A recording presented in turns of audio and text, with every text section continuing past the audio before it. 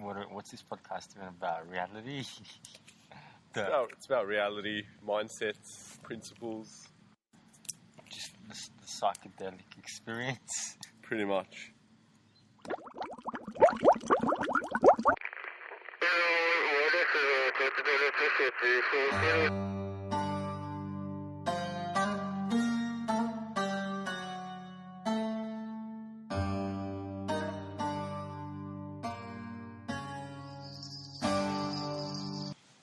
Welcome to Blunt Force Trauma podcast.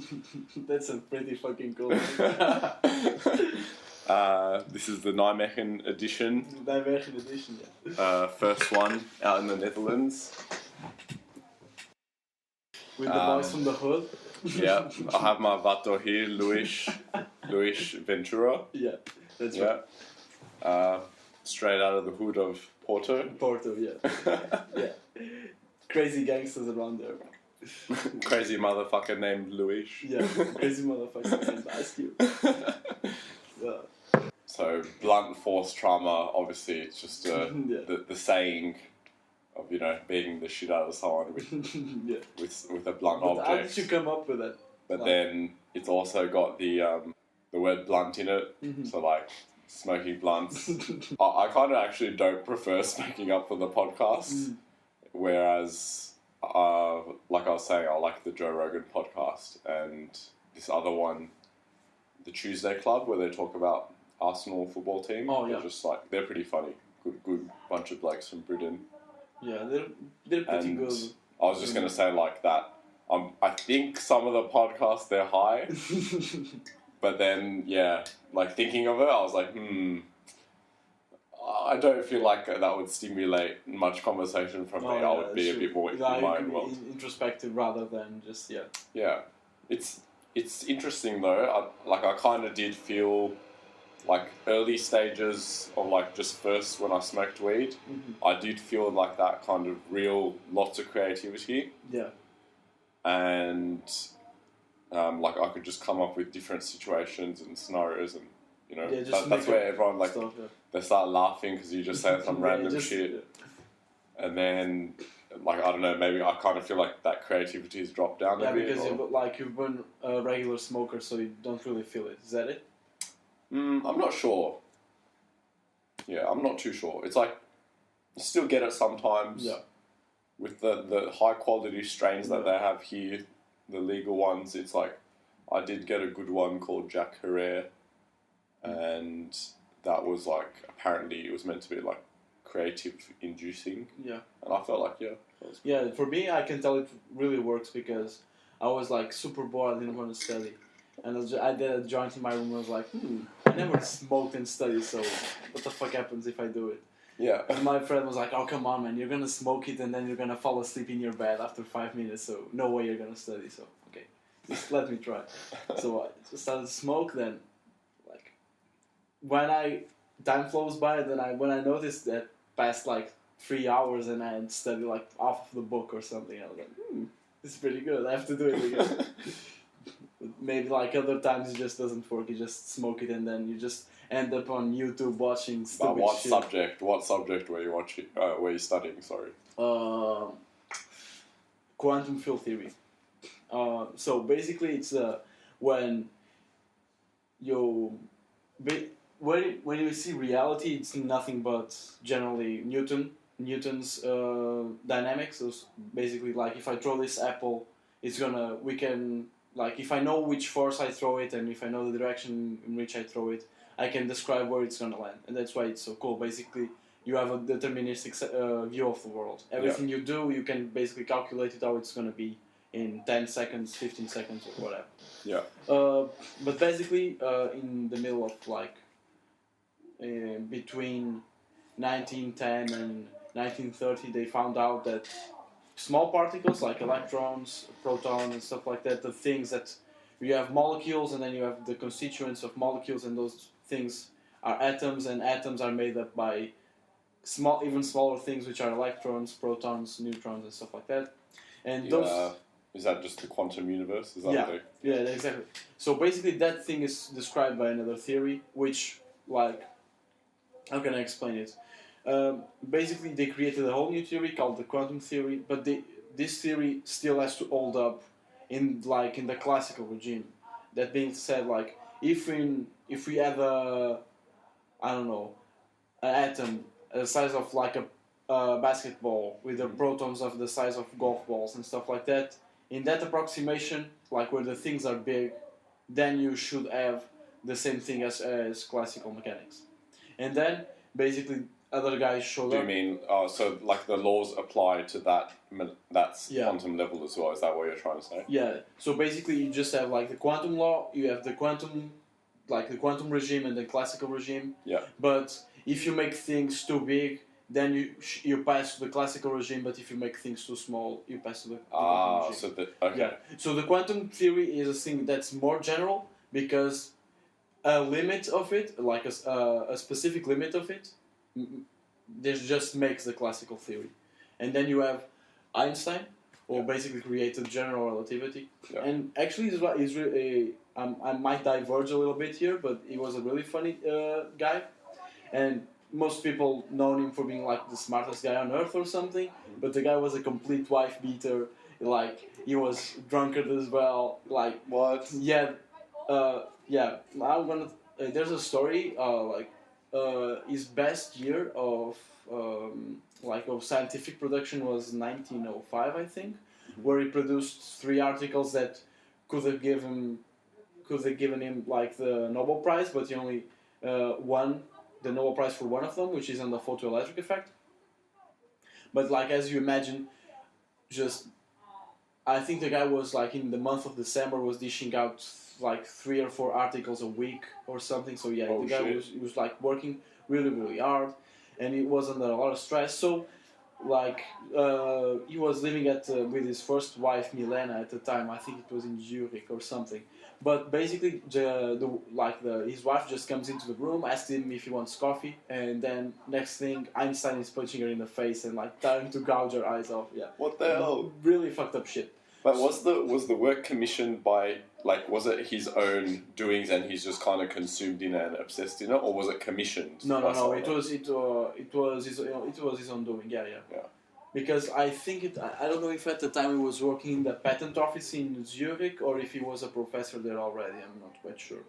Yeah, but like he's a really interesting character, and I think later. I think it was around 1920s or something. He divorced his first wife and then he married his cousin, Elsa.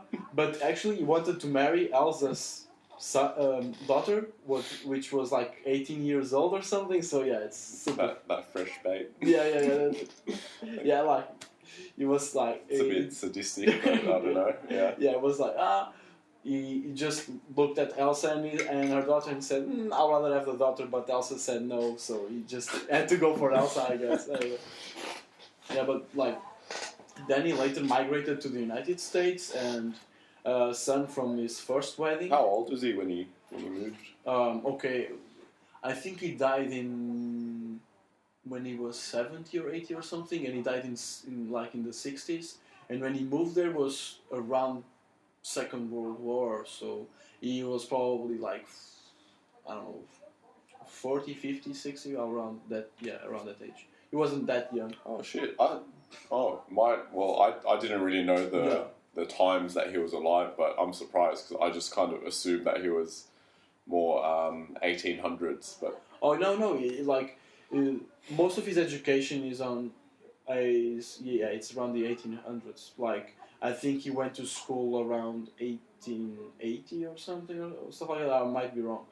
But the cool thing is Einstein was like a really disorganized guy, and basically the reason why he managed to make such a complicated theory is because, first of all the mathematics that he uses in the theory were already developed by some Italian mathematicians from the 19th century called Tullio Levi-Civita, and there's another guy Bianchi and another guy called Ricci as well.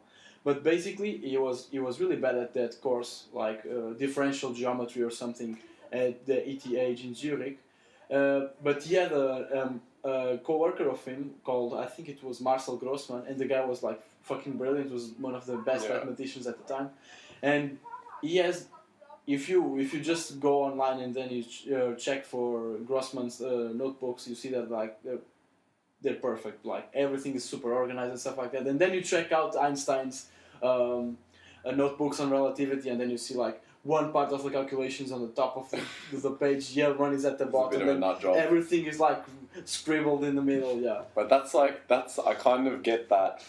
I understand that kind of obsession. It's like I've heard that a lot of geniuses, prodigies, they're obsessive like that, and it's kind of like you don't know where the train of thought's going. It's like whoa, and then you realize this, and then you're writing it, and you don't have space on the page. It's crazy. I think Carl Sagan was actually he smoked a bit of weed as well. Which is interesting. Yeah. But you said.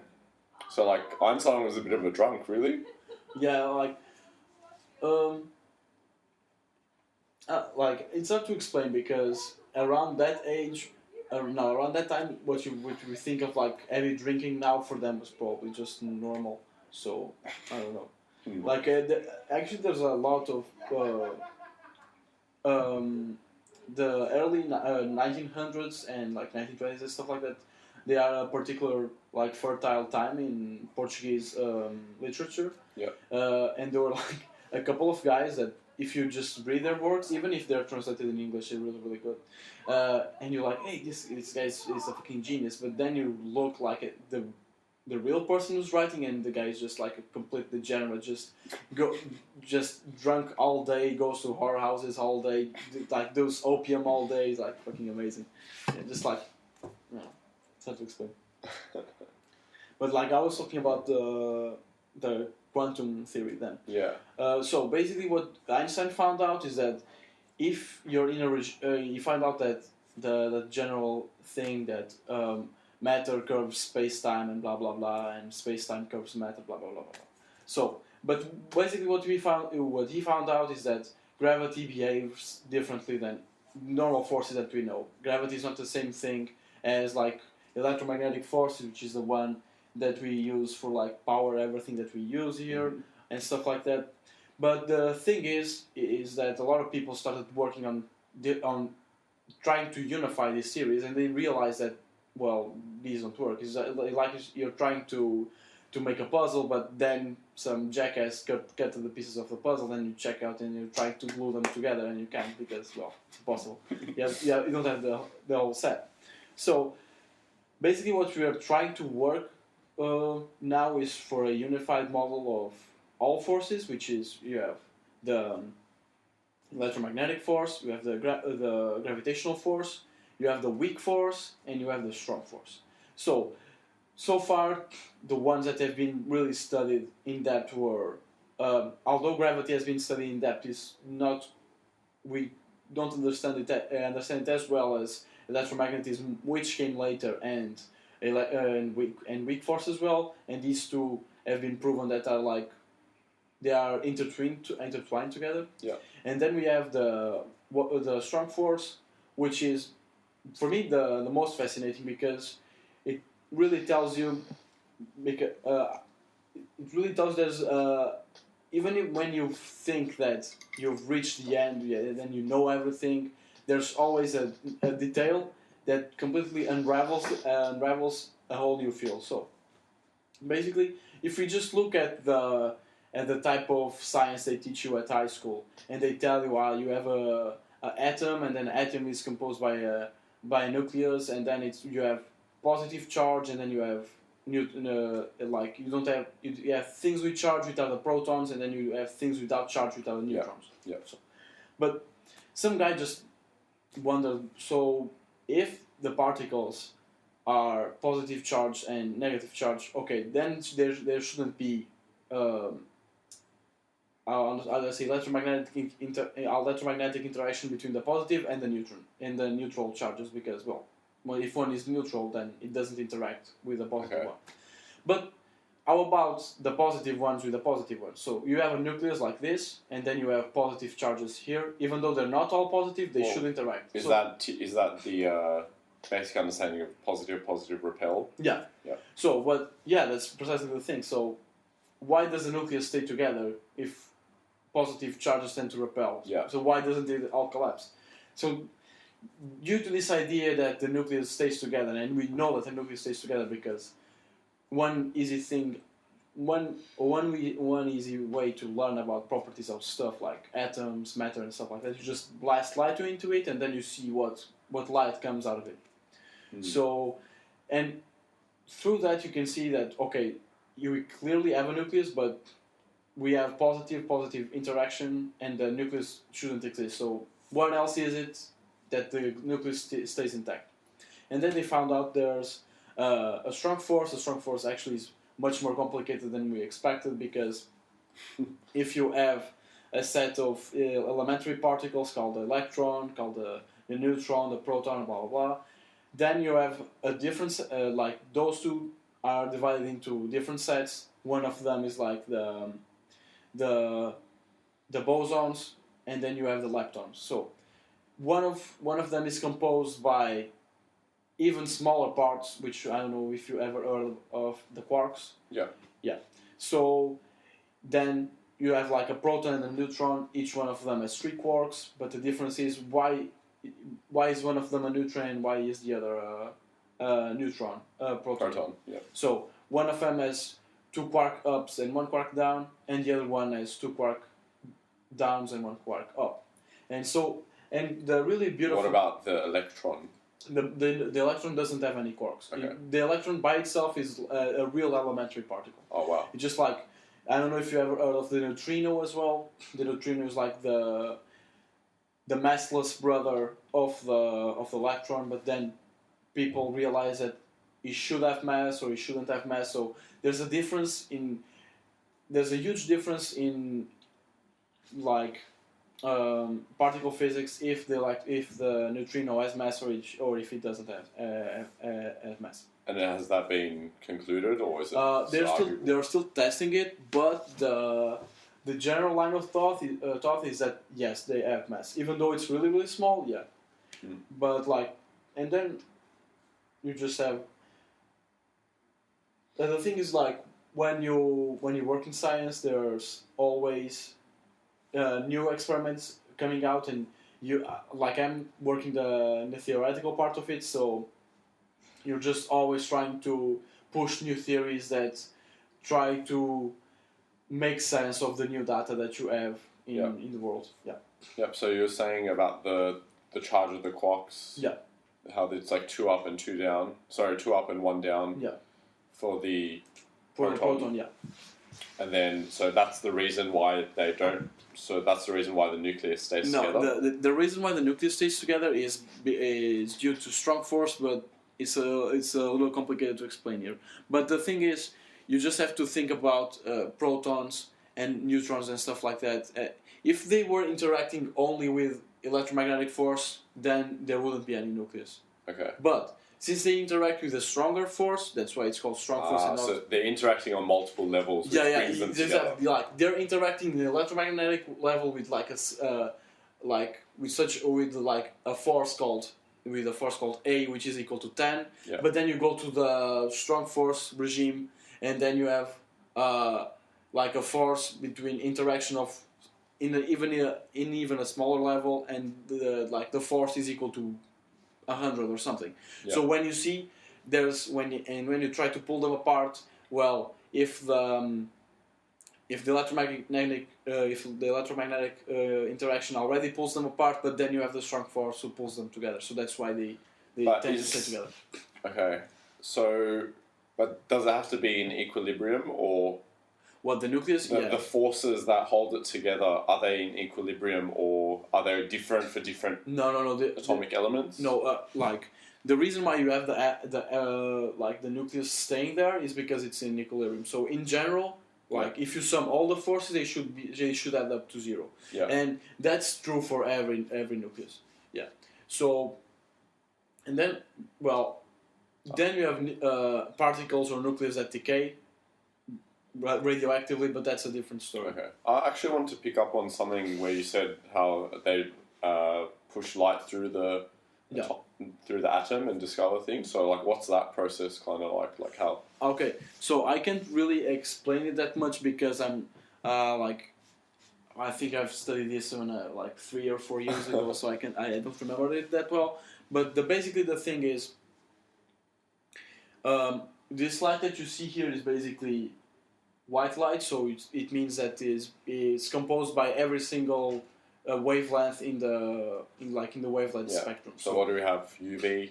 No, like the one we're seeing now is visible. Oh, sorry, light. you mean the colors? Yeah. So we have here we have every single color, but different colors have different wavelengths. So red, like that one, is probably one of the with the lowest wavelengths, and then if you see this shirt which is blue, then it has probably one of the it's the other way around. That one is one of the largest wavelengths, which corresponds to have one of the smallest frequencies. Yeah. And then we have this, which is one of the smallest wavelengths, so it has one of the higher frequencies. So let's imagine if you want to see something the size of I don't know. This is kind of different from what you're used to, which is using microscopes and stuff like that. So the idea here is not the same as like just using a set of lenses and trying to watch what you're something. Yeah. It's Can I just just smaller. so is this this is what they use for electron microscopes? It's not lenses. Yeah, it's kind of like that. So what they use here is basically you introduce interesting thing. So basically, what they use in electron microscopes is that they basically use you have electron as a particle, and then you have an electron as a wave itself. So you can have a regime where the the Broglie, which is a French guy, wavelength is like that gives you a number, and if the wavelength of the electron is like smaller than that number, then it behaves as a wave. Then if you have like above that is a particle, below that is a wave. So you basically you just use like electrons in the wave regime, and then you blast them into whatever you want to see. So generally it's like small structures like crystals and stuff like that. And then you just, since the electrons itself or light itself interacts with the matter that's there, you can tell by the reflected radiation what's going on inside the. So there's a really there's a easy way to explain, like this is not even quantum physics, is like 1800s or something. So basically some guy just wanted to see how our crystals formed. So he had the general idea that they should form like a square or a series of squares, or like this. The elementary cell of the crystal should be a square, but he didn't know how did the atoms arrange themselves in the elementary cell. So basically what he did was just like blast light into it. Then he had the idea that if the cell has some properties which are like so we have a square, and what's the thing that defines a square? You just have one thing to define the square, which is like the side of the square. Yeah, all sides. If you call it A, all sides are equal, so it's fine. Yeah. So basically what he did was just like, with some simple calculations made up, okay, so the reflected light should have this behavior if this is a crystal, or if this is a crystal like this with these characteristics here. So he just blasted light into it, and then he saw, okay, so since the theory part and the experimental part they are in agreement. Yeah. So I'm basically right. So, but obviously you're just right to a certain extent, because your experiment is just as good as the materials that you're using for the experiment. Yeah, exactly. Yeah, so you're always constrained by the things you use. Yeah. Just a sec. Hey, do you know where Jordan is? Or is If his door's locked, then he's gone to the university. Okay. Yeah, he'll come back. Because I know because of the guitar, and I wanted to go to university as well. So I didn't want to miss. The red light's on. Continue later. Yeah, so did he basically found the method where you push light through particles? Yeah, you just like Here, like the concept is pretty simple, just like basic. Like basic you're just shooting the light through the particle, and then you're seeing what comes out. So Yeah. is it like you're seeing the interaction with the frequencies? Yeah, you just see basically what happens to the light. So you're basically expecting that light interacts with with some particles, others not, and then you just like tell, okay, so my prediction is this one, Yeah. and what I see is something completely different. So Yeah. either my theory is completely wrong, which might be, or I'm just ignoring some effects that I'm ignoring them because I think they're not important, but in reality they're actually like super important. Yeah. I was actually intrigued. Sorry, just a second. Sure, it's good. This is like a lot of this stuff is what I've heard from Neil deGrasse Tyson. Yeah. And it's like he's probably one of the best presenters. Yeah, it's really, really good. Yeah. Thanks, man. For just presenting like these scientific facts in a way that everyone understands. Yeah, yeah. Which is quite good. And he's actually a pretty funny guy, so it's I know. It also helps deliver the message because when I think he went to Conan a lot, or Conan or Jon Stewart, I don't know, and I always watch him, and it's always hilarious. Yeah. Are there any other big names like that? Like I've heard Carl Sagan thrown around a lot, although I haven't really watched or seen much of his stuff. But have you? Yeah, like I haven't watched Cosmos, the original series by Carl Sagan, but he was basically Neil deGrasse Tyson is a Carl Sagan of our time. So what Carl Sagan did was basically just explain in a pretty general way, so everybody could understand what was happening in our world, what are scientists trying to do, so that when people look at science and they don't think like, okay, so this just a bunch of nerds trying to do like some stuff which has no practical use for our money. Yeah. But I don't know. As Neil deGrasse Tyson and Carl Sagan, I don't think you have anyone like that now, but you probably have like Bill Nye, the science guy. I don't know if you ever seen any of these videos. I've heard his name thrown around. I haven't actually seen it. Is he on YouTube or? Yeah, he's on YouTube, and I think he's in Discovery Channel as well. Okay. I was actually discussing a really interesting topic with one of my flatmates the other day, where the conversation kind of like they were having led to like, she asked me, like, what do you believe in? Then if you don't believe in Christianity or whatever, and then I said, just kind of like, I believe in like what's logical and kind of that kind of stuff, and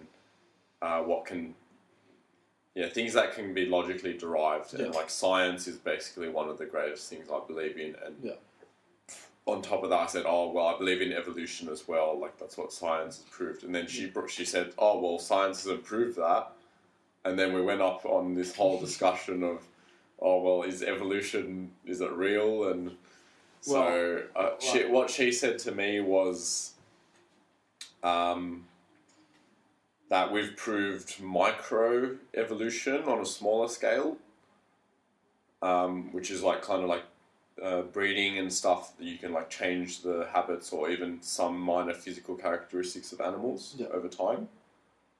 But she said there's no clear link between, like, say, sea sponges in original times coming all the way to humans, and she was saying that it's hard for her to believe that the mutations would have led to the development of the human brain. Well, but the problem is she's probably thinking on a small time scale, and she's probably thinking like, it's not possible that a sea sponge eventually became a human, because like just look at the two things and they're completely different. Quite ridiculous. Yeah, it's quite ridiculous. I don't know if SpongeBob is one of our great ancestors, but yeah. I hope not. But like if you see it that way, it sounds ridiculous. But then you have to see like the period of time that evolution took, and then you see like that we as a species, I don't know how old we are, but like we come from like, or the Homo sapiens sapiens, which is basically our species now. Yeah.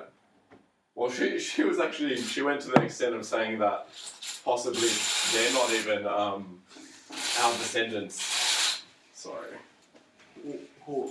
The Homo sapiens. She said there's no clear link that they're... So she basically thinks that, but where do we come from then? Because if you don't have if you say that evolution is not a good theory, and that's okay, but then you have to present a good theory as well, because if you're just like complaining just for sport... Okay. I understand what you're saying, but then you do have to think from the level of we need to work to disprove theories, because it's too hard to confirm a theory. I agree. No, I'm not saying that you should believe in evolution like without thinking about it or trying to disprove evolution. But in order to disprove evolution, you have to come up with a new theory and you have to test that theory. So you just can't say, okay, so evolution for me doesn't make sense, but then you have no logical reasoning why for you evolution doesn't make sense. Because if the logical reasoning for her is that I just can't see how a sea sponge became a man or something, well, then you just say, okay, so the sea sponge by itself can evolve to a man directly, but the sea sponge can evolve to something that looks like a little bit more evolved, and then you have these like tiny steps of evolution that go along the way, and then eventually you get to a human. It's not like the human sprouts are anywhere. I'm not sure how much you know on this topic, but I don't know. We'll find out, I guess. But I was gonna ask, do you know what the missing link is? The fact that it's a theory and still not yet proven? Actually, I have no idea. But the thing is, like, with that, trying to prove evolution is basically you have to find every single link, which is gonna be super hard because like now you have species to draw a line from to draw like a direct line. So even though the lines could be like super complicated, you should have a line, like in theory, you should have a line that draws like from this species to this species to this species, and everything comes like, it should be super complicated, but you should have it. Yeah.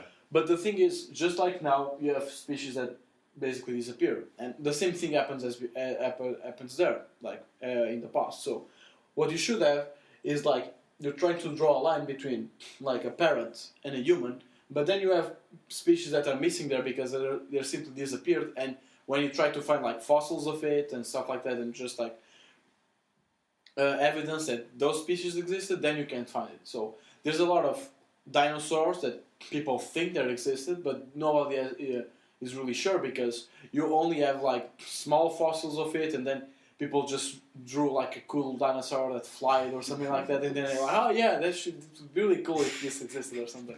Yeah. But, man, those times were scary, man. If you were like a caveman in those times. Volcanoes? Oh shit! I didn't even think about nature, man. I was just like, you walk outside, there's flying shit that's like 3 times your size that can just rip your head off. Then you have like those huge fucking tigers and stuff like that with I don't know. The saber-tooth tiger. My god. It was. What do you even do? like okay. Oh, we found this rock and we can make it sharp. And let's attach it to this stick. I know about like dude, that tiger has those like rocks engraved into like its freaking mouth. And it's born with it.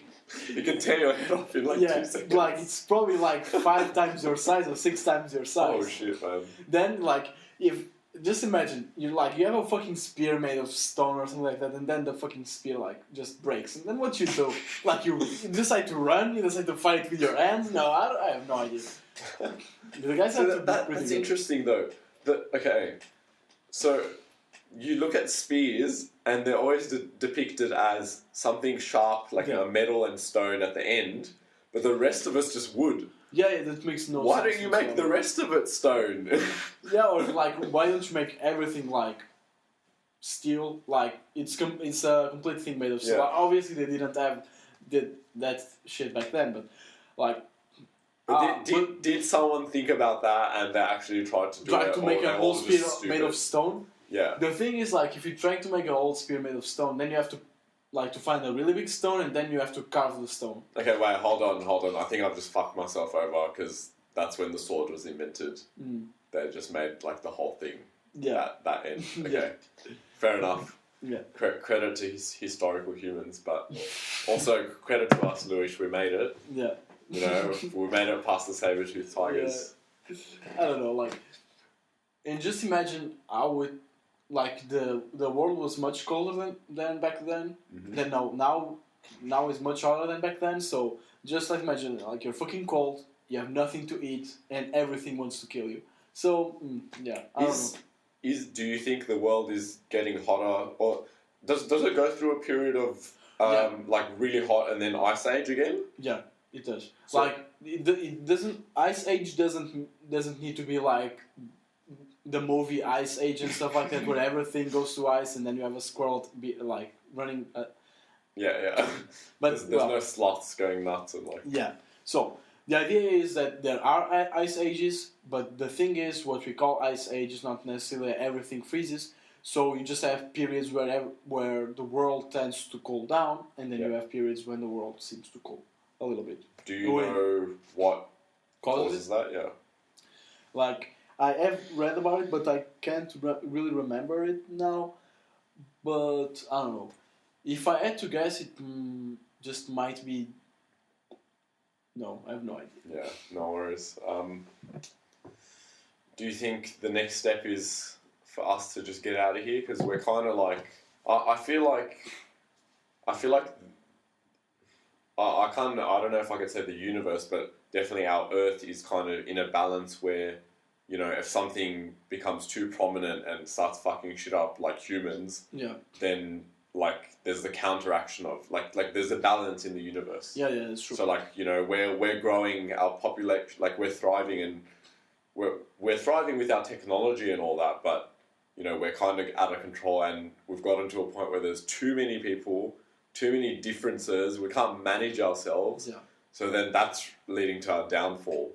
But what I was going to say was, so is the next step, is it to just move out of space? Do you think, is that possible? Yeah, it's definitely possible. Like, if we've sent Curiosity to Mars, I think it was, I'm not sure if it was in 2000, if it was this year or last year, but if we can obviously sending a fucking robot to Mars is not the same thing as sending a human to Mars, and it's like, now you have to survive there. But like, yeah, I think it's possible. I have no idea when it will be possible, because there's actually several problems. One, it's much more complicated to send like a fucking spaceship to Mars rather than just sending like a satellite with Curiosity in it to Mars. Mm-hmm. That's the difference.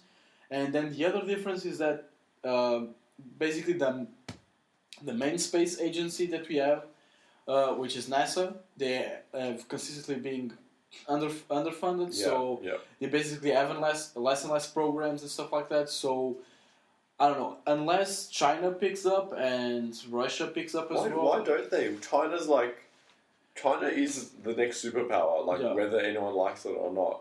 But yeah, why aren't they putting money into the space technology? Actually, China is putting up a lot of money into space development, but I don't think their ambition is, or as of now, is not like going to Mars and colonize Mars and stuff like that. It's more like colonize the Earth with the rest of the people. Yeah, because like, just think about it. If they are already like 1.2 billion? I don't know. I'm not sure. Yeah, something ridiculous. Like that. So what's the point of just, if they wanted more space for their people, they could just like invade India or something and just take India and just like kill everybody and just like bring more people to India, I guess. Yeah. All sweatshops and factories start making guns. This is an official government order. Yeah, actually, like, that went wrong once, because when Mao was in power, like, I think he started governing China after the Chinese Civil War, which was after the Second World War. Yeah. And like, he had a fucking brilliant idea, or like, some hardliner communist might think it's fucking brilliant, everyone else with a fucking brain thinks it's not, but basically, I'm not sure if that policy was called a Great Leap Forward or just something else, but it basically just told everybody that they should start to make iron, like the thing that you used to make bridges and stuff like that. So you basically, he altered the agricultural production and stuff like that. So you can just like make like tons and tons of iron, so you can just like build a lot of stuff. Okay.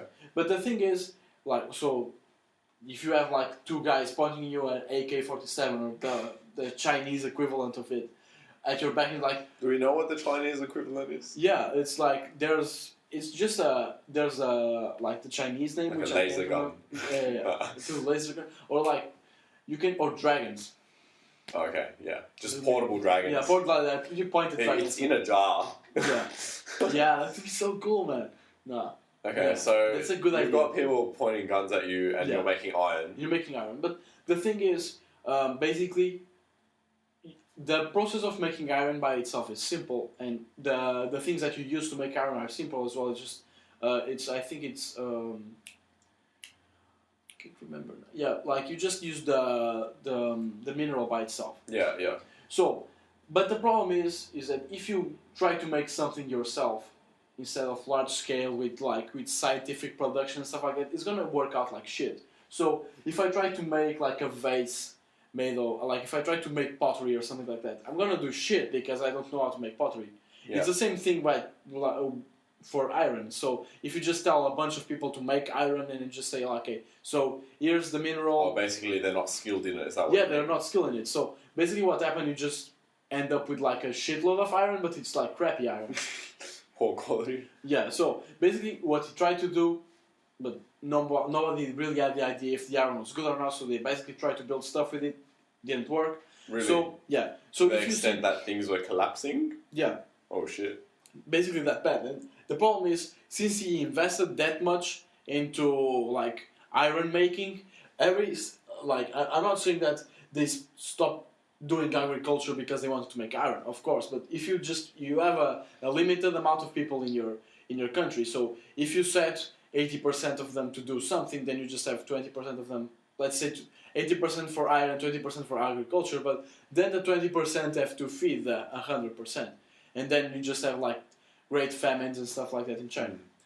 But where were we with the? We were like saying the sweatshops and stuff like that. Yeah. Oh, because I was saying they can like they can just tell everyone to make guns and take over the world. Yeah. But yeah, we were talking about the space exploration, and so we've sent people to the moon. That's the furthest that we've gotten. Well, with people. With people. Yeah, I think so. So and now another thing. Okay, let's go on with that. Is it possible now to send someone to Mars? No, it's not possible to send anyone to Mars now because you simply just don't have a good enough spaceship to take someone to Mars. Because like, if you just look at it like, if you pick up something and then you say, okay, I want to take this to the moon, then you have to say, okay, you just make calculations and then, okay, for this to get to the moon, it has to be like a certain amount of fuel there, then it has to return, then you have to make sure that there's enough parts in it, so if something goes wrong, Let's then you can repair just it. think about one way. Do we have enough fuel, and just kind of carrying supplies to be able to sustain that person's life there, whilst The whole life, or just pretty life? much, yeah. I'm sure that, mate, 100% there's people out there who would sign up for that straight away. No, yeah, for sure, Yeah. for sure. They're crazy enough people Yeah. to do it. But, I don't think that like this. Like, is it like a light year away? No, it's not No, like it's not that far. Yeah, it's not that far. But, just imagine something. Probably one of the most advanced pieces of technology that we have, just to take people around the solar system, is the space shuttle or something. Yeah. And the space shuttle is not good enough by itself to take you, even if you just, because the space shuttle when it goes to orbit around the Earth and stuff like that, it doesn't go like with its own rockets. It has like other rockets that power it. Yeah. But it's impossible to put that many rockets and then put enough fuel in the space shuttle to take it to Mars. Yeah, you just can't do it. Is there a way that we can kind of do like a series of small rockets? So like we put like the human in the first one, and then directly after we launch one with like one piece of supplies. That's not a bad idea. But the thing you have to think about is that, okay, So you're saying about the human goes in rocket number 1 and then goes. Like I'm talking like completely different spaceships. So Yeah. So this whole spaceship, this huge thing that we have, its goal is to just launch this person who's like whatever. He can be in a pod sleeping. It doesn't matter. Like we want to make it as small and light as possible. Yeah. To launch him all the way to Mars, and then So we you do just have the a exact series. same thing. And then this one is that small pod, but now it's filled with like, it's all filled with food. And then the next one's like technology to make things. Mm-hmm. Well, the thing is, then if you have a series of, I think the idea that you're saying is that you have a series of small rockets that all go to Mars or something like that. Yeah, like you're launching them. So like you do the first one, and then say 5 minutes later, you've launched the next one. So when they arrive, they're all arriving kind of at the same time. Okay, so just to give you an idea of how much rocket launching costs, I think it's 390 million, I guess. Oh yeah, that's not too bad. That's not too bad, but I like, wouldn't mind donating half my bank account. yeah. So basically, if you just think about, okay, then you have to, even if you're gonna keep like things to just like the basic essentials or stuff like that, Yeah. then you're still gonna need. Let's imagine even if you need 30 rockets and stuff like that, just imagine the cost of what it would be. Besides, you have to assure yourself that the rocket has long enough range to get to Mars. Yeah. When I don't think The key thing is not the cost. It really is our technology. so far, I think Because it's when push comes to shove, humanity will put in the money. yeah. Sure. If everyone on the earth is working towards one thing, then we can like kind of do it. Like Yeah. that's not an issue. But yeah, it's more about always the capability. Well, yeah, if you just see like milestones of humanity, or if recent milestones of humanity, when we get together, we can actually manage to do some good stuff. Like we can manage to or like the good guys, or at least for most people, manage to win World War One, World War Two as well. Yeah. So when humanity gets together for the right reasons, it can do good things. Of course, it's exactly the same thing for bad reasons. If you just see what Hitler did in the Second World War, you can see that so much time and effort, like even when Hitler was losing the war, he would still, and yet troops that were in need of reinforcement and stuff like that, he would rather use the trains in Germany and in Poland and in Czech Republic and stuff like that to take people to concentration camps rather than just use the same trains to take troops to the front lines and stuff like that. So Yeah. basically, just tells you like the determination of a whole country or stuff like that can change the world, but I think I don't know. I'm just like saying stupid shit now, but let's imagine. If when people get together for the right reasons, then they can accomplish a lot together. But the same thing goes around if you have wrong purposes, I guess. Okay. It works against as well. Yeah. Yeah, that makes sense. Yeah, we've all heard of MS-13 terrorizing the streets of LA, LA El and Salvador. El Salvador. possibly extending to Bolivia. Yeah. No, we're I'm gonna not sure. open a branch in Bolivia. The next chapter, no, the Nijmegen chapter. The Nijmegen chapter, yeah. I think like but then we need some crazy like ink on ourselves, like the teardrop tattoos and stuff like that. But I only get one if you get one first, so you have to do it first. Oh, okay. I gotta do it first. First you get come on, at the same time, like we've got to be like 3, 2, 1, go. Yeah, 3, 2, 1, go. And then one like just takes his face off, and the other like, oh shit! And then it's still like even if you, hey man, Yo. Sean? Yo, how you doing, man?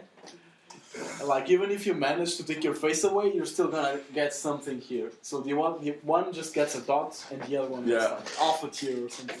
We have special guest Jordan Lee joining us for the last 10 minutes. Yeah, we were just talking about expanding our Mexican gang into the reaches of Nijmegen. What's our main trade going to be? How are we going to... Mexican gang with It needs to be Mexican. with which Mexicans? It doesn't matter as long I'm as we're Latino, playing. so I can be Mexican as well. As long as we're playing the right kind of music, Yeah, the yeah, right yeah. kind of language, it doesn't matter. But like, how can we manage to do lowriders with our bikes? We just can't. That's a good Low question. riders. Yeah. All right, wait. First of all, mandatory Spanish classes for everyone part of the gang. So Yeah. we're kind of promoting education. Yeah, that's Yeah. a good thing. But shouldn't gangs be like the exact opposite of it? Shouldn't be against education? Nah, like we're promoting education only if you're in the gang. Oh, okay. Yes.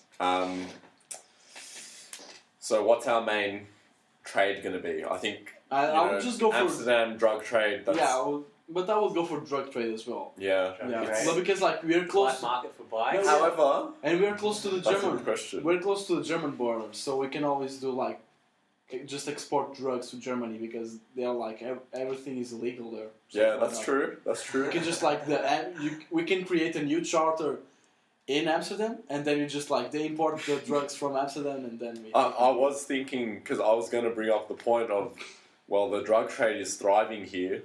You know, it's quite liberal policies and all that. So we're going to find a tough market to compete with. I've heard there's organised crime gangs. The Moroccans are quite a big force. Yeah.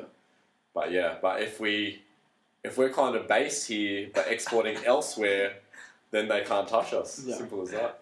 And besides, we live in Hoogeveld, which is like the biggest like accommodation here, so it's impossible to find us. Yeah. Yeah. Exactly. Unless they just start to beat up like random Spanish-speaking people, and then I think we're protected because there are a lot of Spanish people here. Imagine if this place was like the what movie is it?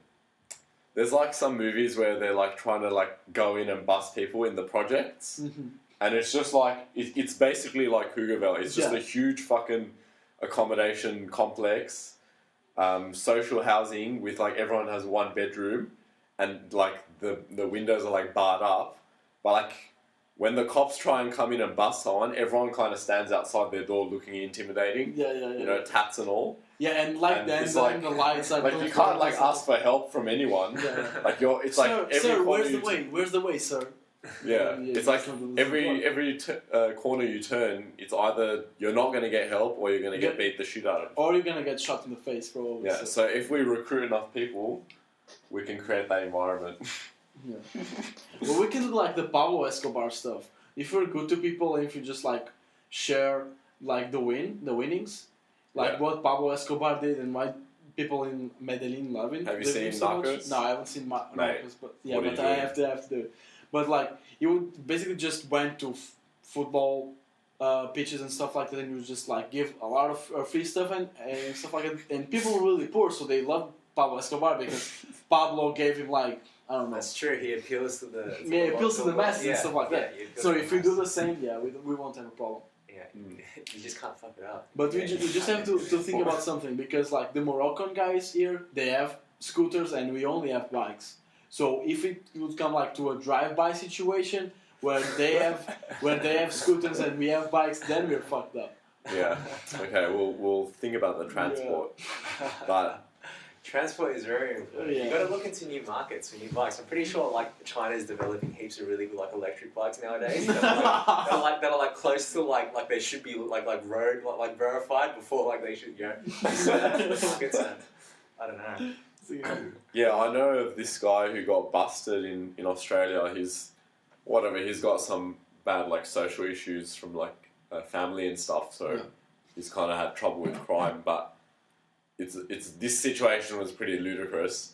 He had a bicycle with a motor on it, and he got caught and warned that like, oh, you need registration, you need a license. This is like a full-on vehicle. And then he's like, all right, yeah. The next Monday he gets caught again, so he gets fined because he didn't learn his lesson. The next Thursday he gets caught again, and he gets another fine. And like now he's just like he was like facing like. Huge license suspensions and shit. Oh, terrible. I don't know why they don't learn their lesson. There's actually pretty funny because that reminded me of a story. In Portugal, there's a lady that's known. She's like, how do you call it? She just sells things door to door, so she needs to go like from one city to another. Like she has to do a lot of miles. But the thing is, she doesn't have a driver's license, and she drives. And she got like 25 times without a driver's license. She had to pay like I don't know how much money in fines, like 20,000 euros in fines, and she still doesn't get a driver's license. And for me, that's like, bitch, why insane. don't you? That's insane. I just don't get it. I don't know. Do you have somewhere to be? It's already been about an hour. Oh yeah, shit! I have to go. I have to go to the city center to buy ties and stuff like that. Yeah. All right, we'll wrap it up. Thanks, Luis Ventura, for having us. My Very pleasure. welcome guest. Hopefully, we'll do this again. And special guest Jordan. Thanks. This is out from the first edition in Nijmegen. Night, guys.